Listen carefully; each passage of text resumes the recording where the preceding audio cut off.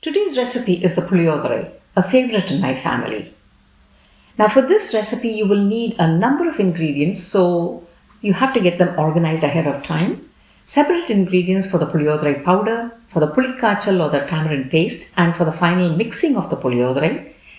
You will also need to make about 3 cups of tamarind water.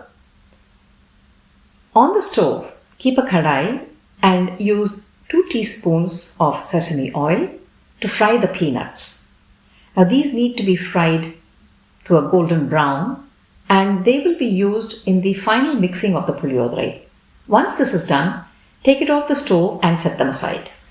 In the same kadai, without adding any more oil, add chana dal, coriander seeds, black pepper, red chilies, fenugreek seeds, and the asafoetida. These are the spices for the Puliyodarai powder.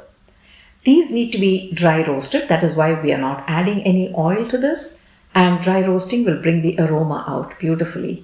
Once it is cooled down, grind it into a coarse powder and keep it aside. Now in a kalchatti or a pot, add the sesame oil and pop the mustard seeds. Then add chana dal, urad dal, red chilies and the asafoetida. This is now for the pulikachal. Once the dals are nicely browned, add the tamarind water that you had prepared in the beginning along with some curry leaves. Add it carefully and then add the required salt.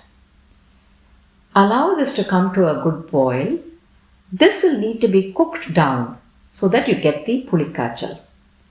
It will also splatter, so you will need to use a splatter screen. And once the oil separates from it and it comes to the consistency you can see here, it is ready. Transfer it to another container. This will thicken when it cools down. Now meanwhile, I have already made 1 cup of rice. And I made the rice a little dry because you don't want the Puliyodarai to be gloppy. Now transfer the rice to the bowl that you're going to mix in and gently fluff up the rice.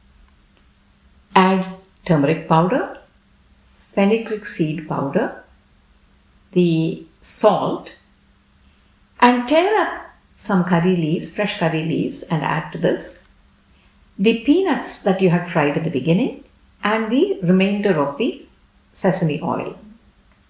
Now gently mix them all together so that you can now add the pulikachal.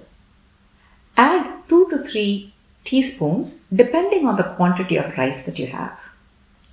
After this, you can add about 2 teaspoons of the powder. Now this powder is very important. It is what brings the whole thing together. Mix gently and enjoy Puliyodarai with some appalam and some pachadi. Do try it out and do subscribe to my channel.